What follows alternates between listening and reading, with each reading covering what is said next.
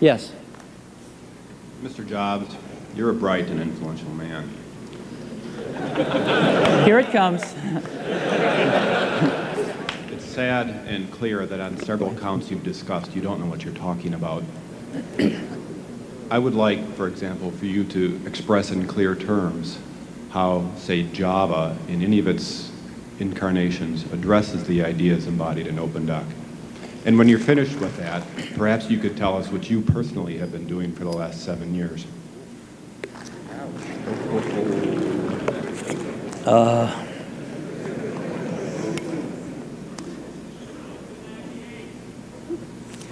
You know, you can please some of the people some of the time, but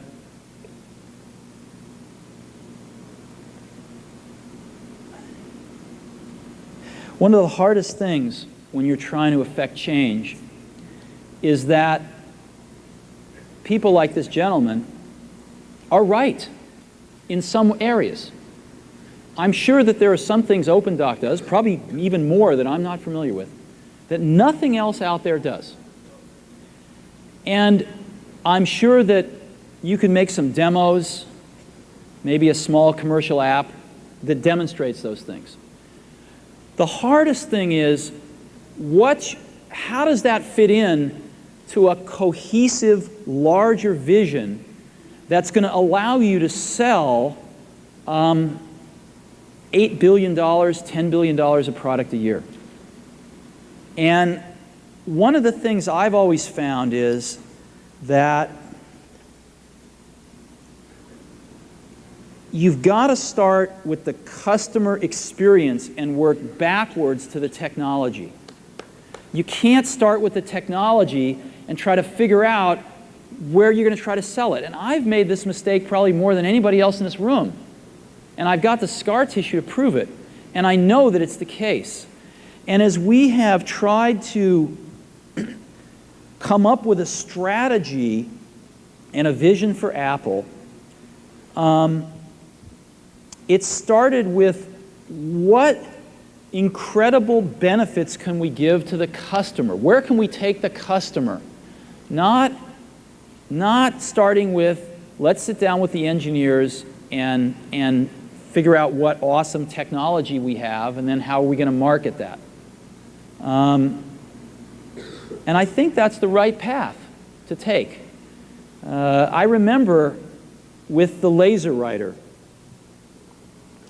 we built the world's first small laser printers, you know. And there was awesome technology in that box. We had the first Canon laser printing, cheap laser printing engine in the world, in the United States here at Apple. We had a very wonderful printer controller that we designed. We had Adobe's PostScript software in there. We had AppleTalk in there. Just awesome technology in the box. And I remember seeing the first printout come out of it and just picking it up and looking at it and thinking, you know, we can sell this. Because you don't have to know anything about what's in that box. All we have to do is hold this up and go, do you want this?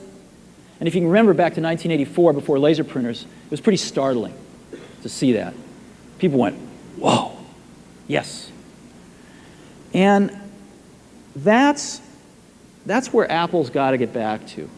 And, you know, I'm sorry that OpenDoc's a casualty along the way, and I readily admit there are many things in life that I don't have the faintest idea what I'm talking about.